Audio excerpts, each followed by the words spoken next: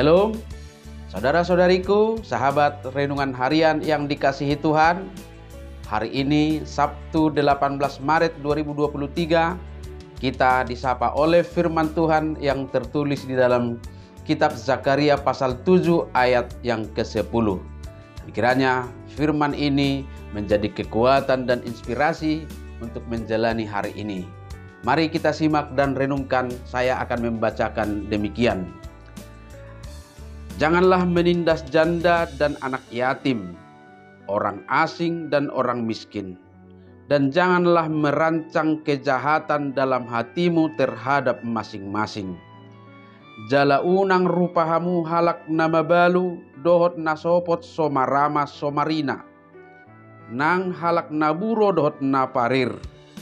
Jala unang manang ise mamikiri naroa dopak donganna di bagasan rohana. Demikian firman Tuhan. Saudara-saudariku, entah setuju atau tidak, dari pengamatan secara umum, kita dapat mengetahui bahwa semakin hari, rumah-rumah ibadah semakin bertambah jumlahnya.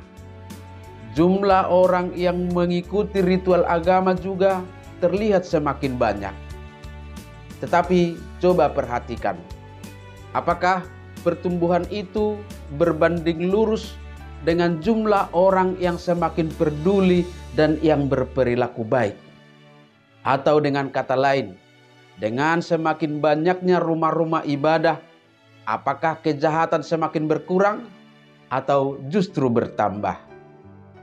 Ini menjadi perenungan bagi kita, karena bisa saja agama dan ritual-ritual ibadah justru dipakai menjadi casing, membungkus kejahatan-kejahatan. Ada premanisme berkedok agama, ada kekerasan atas nama agama, ada penindasan kaum lemah atas nama ajaran agama.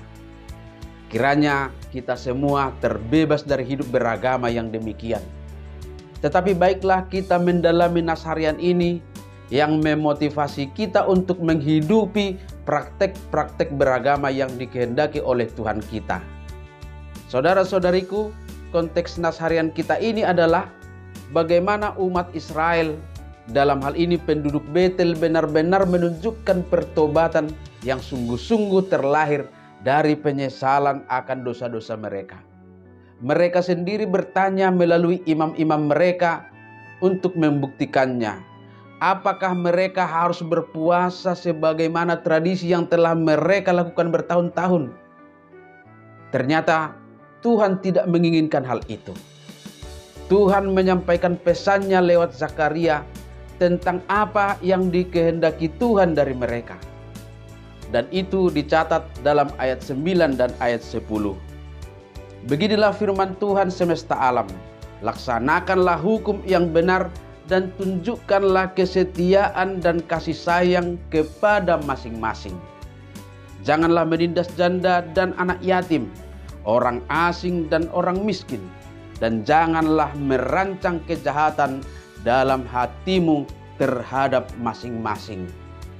Tuhan menghendaki pertobatan mereka bukan dengan melakukan ritual-ritual ibadah semata, melainkan harus dibarengi dan diisi dengan perilaku hidup benar, peduli kepada sesama, terlebih kepada kaum lemah dan yang tertindas. Demikianlah halnya kita saat ini.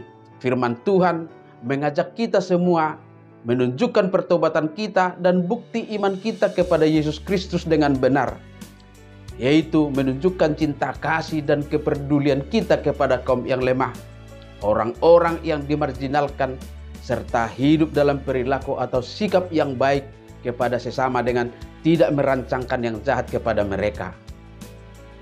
Kelompok sosial yang disebutkan dalam nas harian kita ini, yaitu janda dan anak yatim, orang asing dan orang miskin, adalah kelompok sosial masyarakat yang sering kehilangan haknya oleh karena mereka lemah dan tidak dapat memperjuangkannya.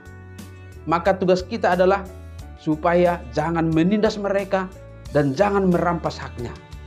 Tetapi sebaliknya, kita harus membantu mereka menemukan dan mendapatkan hak-haknya. Peduli kepada mereka dengan kerelaan kita berbagi. Itulah ibadah sejati yang berkenan kepada Tuhan. Cara hidup yang demikian hanya akan dihasilkan oleh ibadah yang berpusat kepada Tuhan. Ibadah benar akan menghasilkan sikap dan karakter yang benar.